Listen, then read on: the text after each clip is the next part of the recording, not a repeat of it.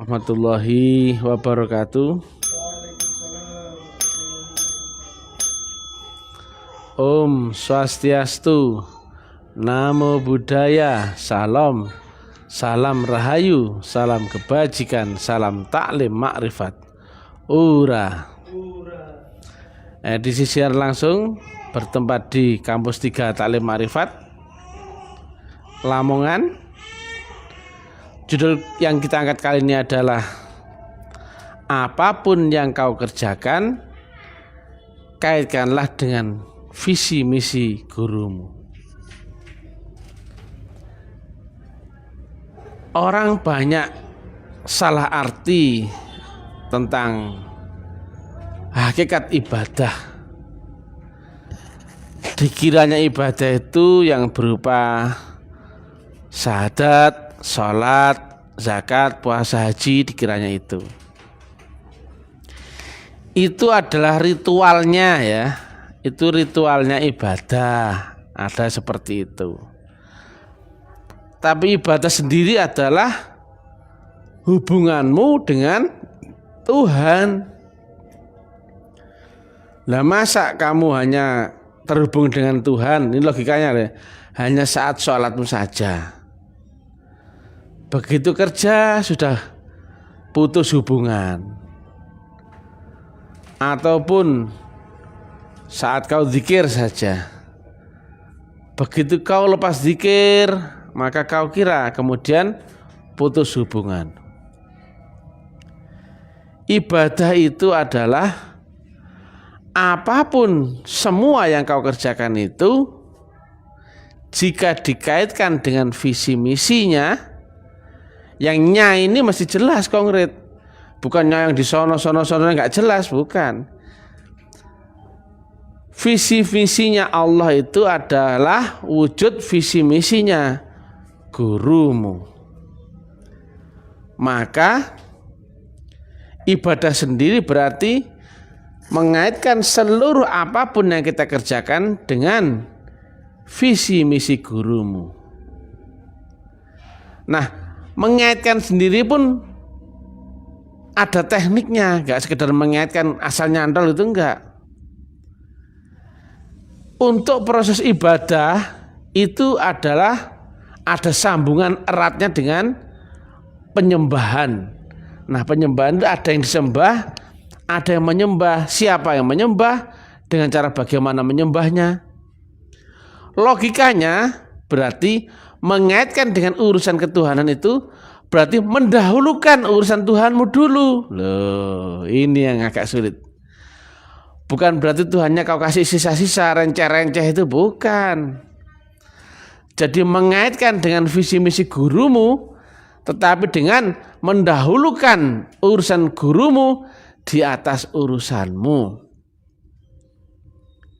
Nah, sayang sekali ya, logika-logika kayak gini sudah nggak ada yang menerangkan. Apalagi mengilmiahkan, mengurainya, ini sudah nggak ada yang ngerti. Kenapa? Orang sudah punya interpretasi sendiri-sendiri, sehingga asal sholat rasanya sudah beribadah, asal zakat, asal puasa, asal zikir, asal baca Quran, tetapi tidak pas, nggak ngena dengan rukun syaratnya. Maka akhirnya apa yang dimaksud Nabi dengan yang disampaikan di dalam Quran ini nggak bisa dibuktikan sama sekali. Contohnya sholat itu bisa khusyuk, ya nggak bisa. Sholat itu bisa mi'raj, dan nggak bisa. Tutup benak. Nah, sholat itu bisa mi'raj, dan nggak bisa. Sholat itu bisa tanha anil fahsya'i wal munkar, nggak bisa. Hanya sebatas ritual. Padahal apapun segala sesuatu yang berubah, bergeser, atau berpindah dimensinya, itu pasti memakai rukun syarat, metodologi. Kalau enggak pasti akan salah sasaran. Nah, akhirnya banyak orang ini merasanya sudah beribadah, tapi outputnya loh nggak kenal Allah loh. Akhirnya kan begitu. Syahadatmu apakah cocok dengan rukun syaratnya? Aku bersaksi loh, tapi kan berarti rukun syaratnya masih ada yang kau saksikan dong. Nah, ternyata syahadatmu nggak bersaksi loh, contohnya gitu. Kau memahami sifat wujudnya Allah yang 20, sifat wajibnya Allah yang 20. Yang pertama itu wujud. Nah, mesti ada rukun syaratnya dong, mesti kau tahu itu wujudnya, baru kau bisa mengimani bahwa Allah itu ada sifat wujudnya. Tapi ketika ditanya, apa wujudnya Allah? Yang mana wujudnya Allah? Gak ngerti loh. Demikian juga dengan sholatmu. Nah, kalau sholatmu gak tahu wujudnya Allah, gak tahu syahadatmu apa yang kau saksikan, bagaimana kau bisa praktek ini wajhatu wajhiyah? Secara rukun syarat pun sudah jauh ya. Tapi teori, terus masuk. Nah, ini masalahnya. Teorinya masuk dari mana-mana, dari YouTube, ceramah, Google, buku, TV, dari mana-mana. Kau telan mentah-mentah sebagai pengetahuan. Tapi nggak pernah kau buktikan. Akhirnya apa? Ibarat kau ketemu pengetahuan yang tidak dalam bimbingan guru rohani, berarti itu bukan ilmu rohani. Maka ilmu pengetahuanmu sebatas masih ilmu nafsu yang kemudian diolah dengan akalmu. Pasti contohnya begini. Banyak orang merasa benar, banyak orang merasa beriman, banyak orang merasa beragama. Tapi membuktikan bertuhan itu susah sekali. Tapi semua orang merasa benar loh, kan aneh. Semua merasa benar, nggak ada yang menyalahkan keyakinannya. Karena apa? Yakin itu nggak mungkin mengingkari keyakinannya. Percaya itu nggak mungkin mengingkari kepercayaannya. Pasti yakin, pasti percaya. Cuman nggak pernah dibuktikan, itu saja loh. Coba ya, betul apa nggak kalimat saya ini? Nah, karena sudah pinter-pinter, ini mengendap. Dogma itu mengendap, mengkristal menjadi keyakinan dan kepercayaan. Ini si A contohnya ya. Ini si B. Tengok ya sini ya. Kamu mendapatkan informasi atau apapun itu, pengetahuan kayak atau apa. Tapi kalau nggak cocok dengan akalmu, pertama responnya kau anggap itu salah. Betul apa enggak? Kau anggap itu aneh, sesat, kafir, syirik loh. Padahal belum tentu loh itu yang salah. Bisa jadi kau yang nggak ngerti, kau nggak paham. Dikasih satu kebenaran, petunjuk kebenaran, malah kau tolak. Padahal itu yang benar. Ya apa enggak? Begitu nggak cocok dengan nalarmu, kau menyalahkan orang itu, betul nggak? Loh aneh tuh. Loh padahal kamu lo nggak bisa membuktikan mana yang agama ilmiah. Begitu diterangkan ilmiah, kemudian kamu bingung, lu agama kok diilmiahkan? Lu Nabi aja bilang ilmiah kok. Ketika saya sampaikan Allah itu ada wujudnya, karena sifatnya dia itu wujud, maka Allah itu wujudnya bisa terlihat di dunia ini. Karena nggak masuk akalmu, kau kira kata-kataku salah, betul apa enggak? Loh. Contoh lagi syahadat. Syahadat kalimatnya bersaksi. Tapi karena nggak kebayang akalmu, nah kalau saya sampaikan, mesti kau saksikan wujudnya Allah dan wujudnya Rasulullah. Kamu nggak menjangkaunya, kau kira kata-kataku salah, betul enggak? Loh, logika. Loh, masa kayak gitu agama? Kecuali kamu tuh Tuhan yang di level maha benar, maka apapun yang tidak sesuai dengan akal nalarmu, kau boleh salahkan. Lo kamu ora ngerti, dikasih tahu ngeyel, gak tahu iman. Contohnya kan, iman bagi orang-orang lain kan percaya dan yakin, betul gak? Lah lihat di As-Surah 52, iman itu adalah nur kitab dan nur iman yang dimasukkan dalam dirimu. Sebelumnya kau tidak mengerti apa itu kitab, apa itu iman loh. Jelas toh? Kau nggak tahu itu iman dan kitab, Quran. Maka nurnya lah dimasukkan ke dalam dirimu. Lewat apa? Lewat baiat loh. Tapi kan nggak masuk akalmu. Maka kau kira kalimat-kalimatnya Mr. TM itu salah. Padahal Qurannya ada loh men. Loh, kami terangkan logikanya loh, masuk akal loh men. Tapi kan kamu menolak itu. Itu baru akalnya loh ya, Bang Manar. Akalnya saja sudah menolak, apalagi perbuatannya, betul nggak loh? Itu masih pengertian loh, sudah autoblok. Gak cocok dengan pikiranmu, gak cocok dengan seleramu. Orang lain yang kau anggap salah. Kadang ya kau baca uraian Mr. TM, ya bener juga ya ini ya. Ya masuk akal ya. Tapi lagi-lagi, apakah kau berani melangkahkan kakimu untuk belajar di sini? Lebih sulit lagi, betul nggak? Nah, inilah keadaannya sekarang. Hampir semua orang beragama, tapi nggak pernah bisa makrifat. Nggak ada yang kenal Tuhannya. Tapi merasa pintar. Dikasih tahu ngeyel. Kalau nggak cocok dengan pikirannya, maka dianggaplah orang lain itu yang salah. Iya betul ya? Berarti kamu sudah nggak butuh belajar. Kalau orang belajar dikasih tahu itu nyimak, ditimbang benar salahnya, cocok apa enggak, masuk akalnya. Begitu dia menerima nalar-nalarnya ilmiahnya, oh iya ini aku belum tahu ini, maka aku tak belajar. Lah gitu loh mestinya. Lah kalau apapun pengetahuan itu harus cocok dengan dirimu, ya mending kamu jadi Tuhan saja. Betul nggak? Nah, sudah sangat parah ya. Nah, kembali lagi, apapun yang kau kerjakan itu mestinya adalah mendahulukan urusan Tuhan dan mengaitkan dengan visi misinya, baru bernilai ibadah. Nah, Tuhan mana? Tuhan yang wujud.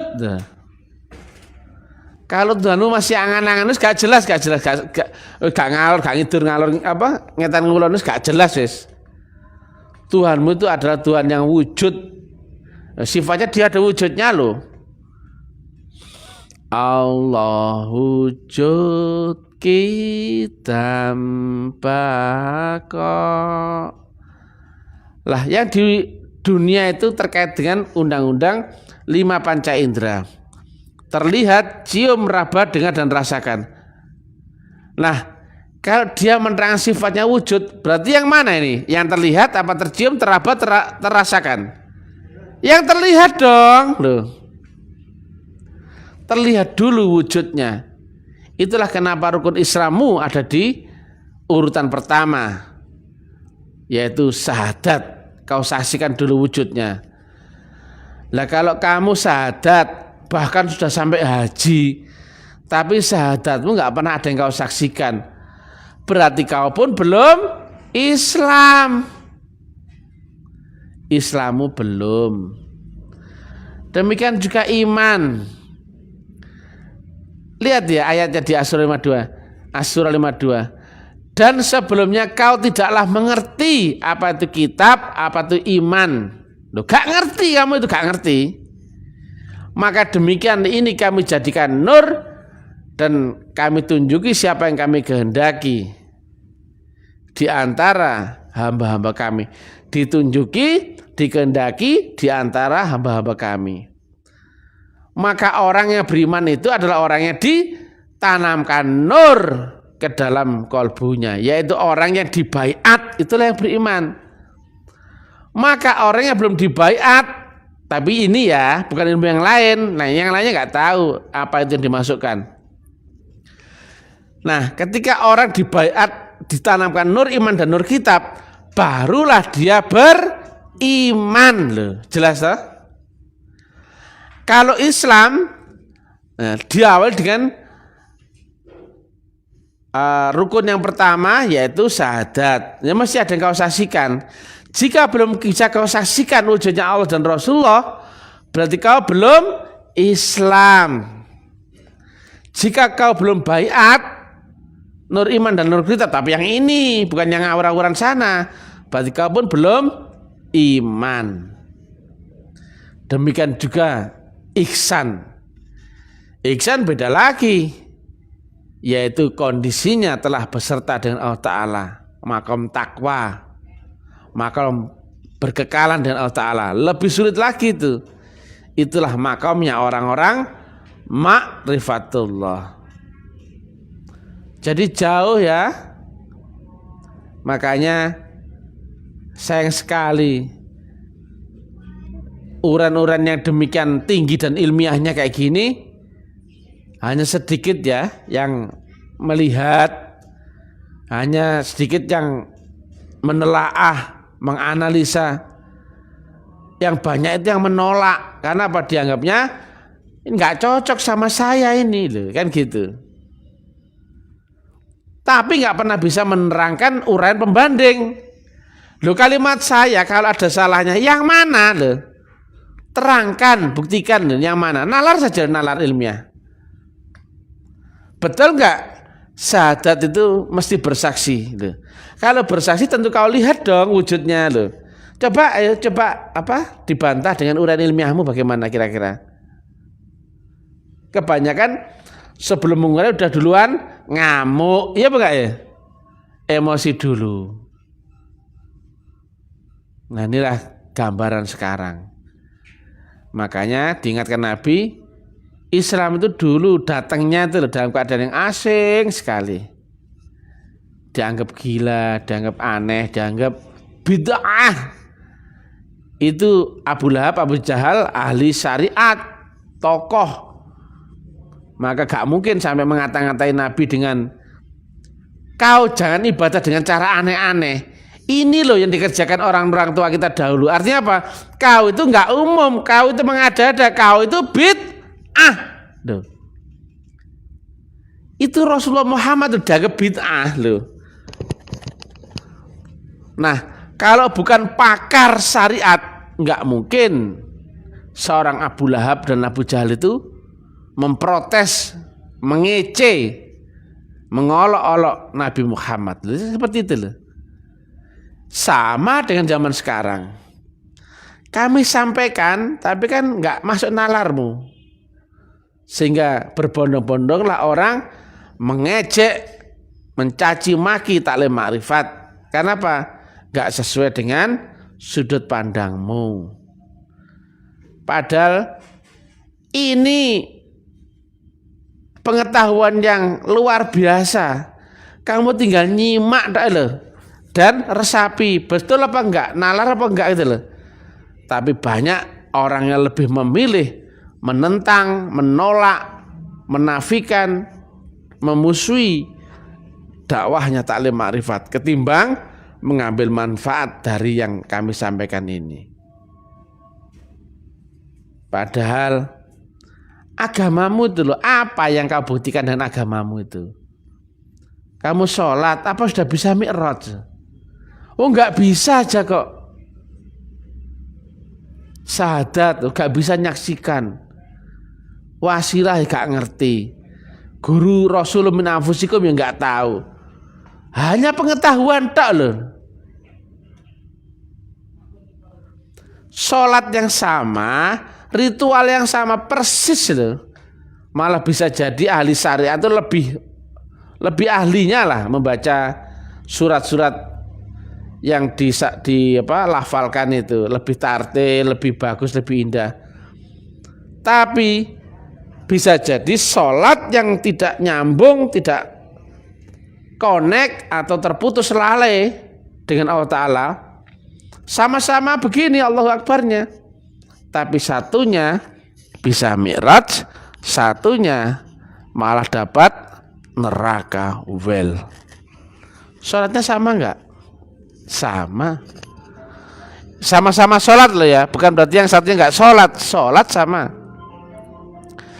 Lah bagaimana kau bisa menyambungkan gelombangmu dan gelombang Allah Ta'ala? Ya dia maha tak terhingga di alam yang maha rahasia. Nah, jadi ibadah itu gak hanya berupa dengan syahadat, sholat, zakat, puasa, haji, tapi apapun yang berhubungan dengan dirimu, kau sambungkan, kau baktikan kepada Allah. Tapi Allah yang mana? Allah yang pasti, Allah yang wujud, yaitu visi misi gurumu. Dan tentunya gurumulah yang lebih tinggi derajatnya, maka makomnya kau harus mendahulukan urusan visi misi gurumu ketimbang urusanmu sendiri. Itu artinya kau mulai belajar adaptasi menyembah. Nah, kenyatakan enggak? Uangmu untuk dirimu, waktumu untuk dirimu, tenagamu untuk dirimu, pikiranmu untuk dirimu. Giliran ada sisa-sisa uang, barulah ini untuk Tuhanmu. Waktu pun demikian, waktu sisa-sisa, semua yang sisa-sisa, barulah kau niatkan untuk Tuhan sambil berharap selamat dunia dan akhirat. Itu kan keliru. Sangat keliru. Makanya ini loh, sudah kami kupas di edisi sebelumnya. Kalau tidak tahu syarat rukunnya menyembah dan disembah dan apanya menyembah aja loh, kriterianya belum tahu, apalagi bertuhan. Jadi menyembah itu mestinya minimal logikanya waktumu, hartamu, tenagamu, pikiranmu 51% kau dahulukan untuk urusan visi misi gurumu. Dan kau maksimal 49%. Barulah berarti kau mengakui derajat Allah itu lebih tinggi daripada urusanmu sendiri. Itu minimal. Padahal lebih lagi nantinya, itu baru belajar awalnya. Inna sholati wa nusuki wa mahyaya wa mamati. Sungguh sholatku, hidupku total nanti itu kepada Allah lillahi ta'ala loh, kayak gitu. Nah, belajarnya jadi begitu ya, ibadahmu ya seperti tadi itu. Cuman ritual bisa dengan zikir, ngaji, tolabul ilmi, kemudian sholat, kemudian puasa, zakat, haji, itu ritualnya. Nah, tapi jangan dikira itulah ibadah. Ibadah seluruh aspek. Makanya sholatmu itu nggak lagi dengan itu aja nanti, itu kan ritualnya. Betul nggak sholat itu nantinya dengan berdiri, duduk dan tidur, bahkan sholat yang berkekalan yang tidak putus loh. Padahal sholat syariat ritualnya dimulai takbir sampai salam loh. Lah mana bisa sholat itu berlaku tanha anil fahsya'i wal munkar. Di rumahmu sholat 5 waktu, begitu di kantormu nyolong korupsi loh. Kamu udah dipanggil haji, di mana-mana dicium tangan sama orang. Di hadapan banyak orang, kamu tuh terlihat alim baik sekali, rajin ke masjid, rajin sodako, gak taunya di belakang ngentit. Banyak yang seperti itu. Karena mengiranya apa? Ibadah, ngantor yang ngantor. Dikira terpisah ya, ibadah yang ritual sama urusan pribadimu. Keliru. Saking bejatnya zaman ini sehingga tersistematis, masif, dan terstruktur. Ya begitu. Jadi sistem ini sudah dikuasai oleh setan, iblis, sehingga orang sudah nggak ada yang kenal dengan Allah Ta'ala. Dibikinlah pemahamannya, dibikinlah penglihatannya, nalarnya sudah nggak masuk. Makanya saking parahnya urat-urat seperti yang disampaikan Mr. TM ini dianggap aneh, bid'ah, sesat, syirik, ya seperti itu. Bahkan ada yang memusuhi, sedikit yang membenarkan, tapi pun nggak berani melangkahkan kakinya untuk belajar di sini. Iya ini benar nih, tapi sudah gitu toh. Loh, kamu nggak ikut? Enggak. Aku sudah punya guru sendiri. Padahal gurunya nggak seperti uraian-uraian yang disampaikan Mr. TM. Mereka punya zona nyaman sendiri-sendiri. Padahal ya seperti itulah. Sangat sulit ya untuk menggerakkan hati orang lain kecuali Allah sendiri. Demikian ya. Belajar ma'rifat itu mesti dengan belajar berkorban, berabdi, berbakti, yaitu mendahulukan urusan gurumu di atas urusanmu, dan mengaitkan seluruhnya urusan kita dengan visi misi gurunya, dan mendahulukan urusan gurunya di atas urusanmu. Itu rumus dan hukum. Kalau tidak kau pegang itu, omong kosong semuanya.